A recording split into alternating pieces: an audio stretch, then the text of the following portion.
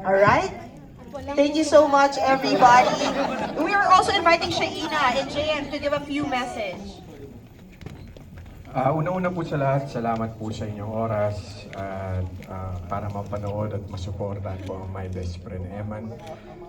Sana po tulungan nyo kami to spread the word. Marami pa, nangangako po kami na ginawa po namin lahat ng mga kaya namin para to touch lives and bigay po ng diretso yung aming mensahe. Yun na ba yun? Kantahan mo naman kami. And now real.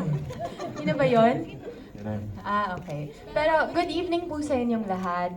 Gaya po ng sabi nila, thank you for your time. Thank you for joining us tonight.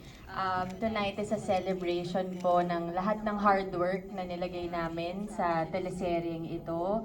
And ako po, I'll speak for myself. I am very proud of this show. Gaya ng lagi kong sinasabi, this is actually an answered prayer dahil bata pa lang ako, gumagawa na ako ng family dramas.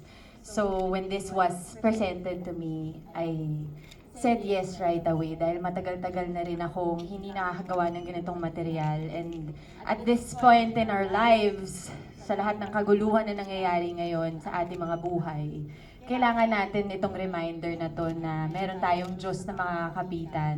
And there is also a God in all of us. Na kahit na ang saklap ng mga nangyayari, but there's always something good. And meron pa ring mga mabubuting taong pinadadala ang Diyos sa atin. May mga eman sa lahat sa atin. But also, bago po tayo magsimula, gusto ko rin magpasalamat sa ating promo team sa TV5 for helping us mount this.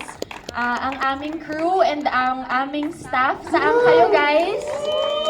Dahil hindi po namin magagawa itong show na to ng mabuti kung hindi po dahil sa kanilang mga hard work. Kaya po, sana po mag-enjoy po kayo. Magandang gabi po.